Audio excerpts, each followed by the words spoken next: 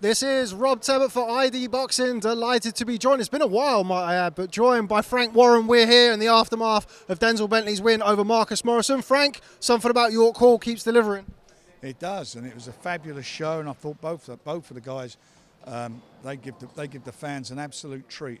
I think it's a real marvellous fight, and I was really pleased with Denzel how he came through, and he deserves it. But it's like, take your hat off to Marcus. He come to fight.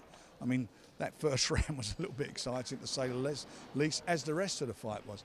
And we've had a really good show here tonight. I mean, it's an excellent show. The atmosphere's been bloody hell. I mean, it's gone through the roof. It's electric. Every fight, everyone was getting behind it, and I found it very disappointing that Boxing News only gave this. I don't disappointed with their ratings, but the disrespect they showed to the fighters on the undercard and this bullshit they keep coming out with, looking at records of fighters and determining what they feel.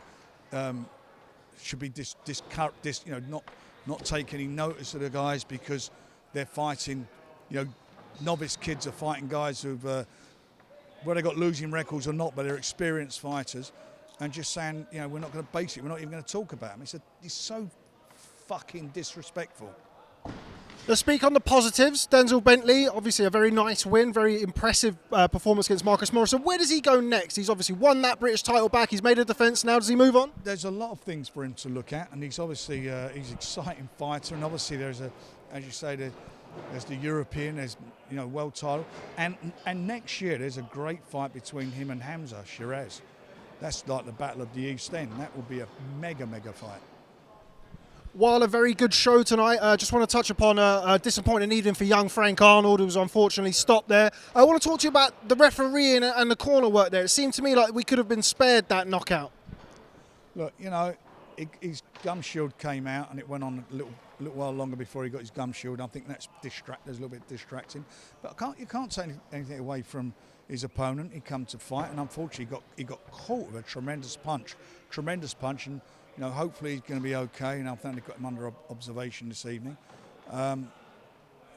That goes to show, these guys they come over some of these opponents and they come to win. They don't come to make up the numbers. It was a horrible knockout to watch as far as Frank's concerned. And I just hope that he's going to be okay and he can have a long rest and see then what he wants to do. Always a who's who of British boxing every time we come down to York Hall. Tonight was no different. Saw a certain Anthony Yarde and a certain Joshua Buatsi embracing. We're all looking forward to that. But first and foremost, what's the latest with Joshua Buatsi versus Jean-Pascal?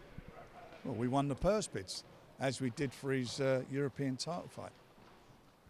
Any update on when we could potentially see that? Well, contracts, I believe the contracts have been sent, so we sign them, come back, and we can announce the date. Frank, I know you're a busy man, so I've got one last question. It's going to be about Tyson Fury, Anthony Joshua. Where are we? It looks like Christmas might come early this year. We're in York Hall. That's where we are. Contracts have been sent, and we await their return. Okay, Frank Warren, always a pleasure. Nice to catch up with you. I'm sure I'll catch up with you soon. Very early Christmas.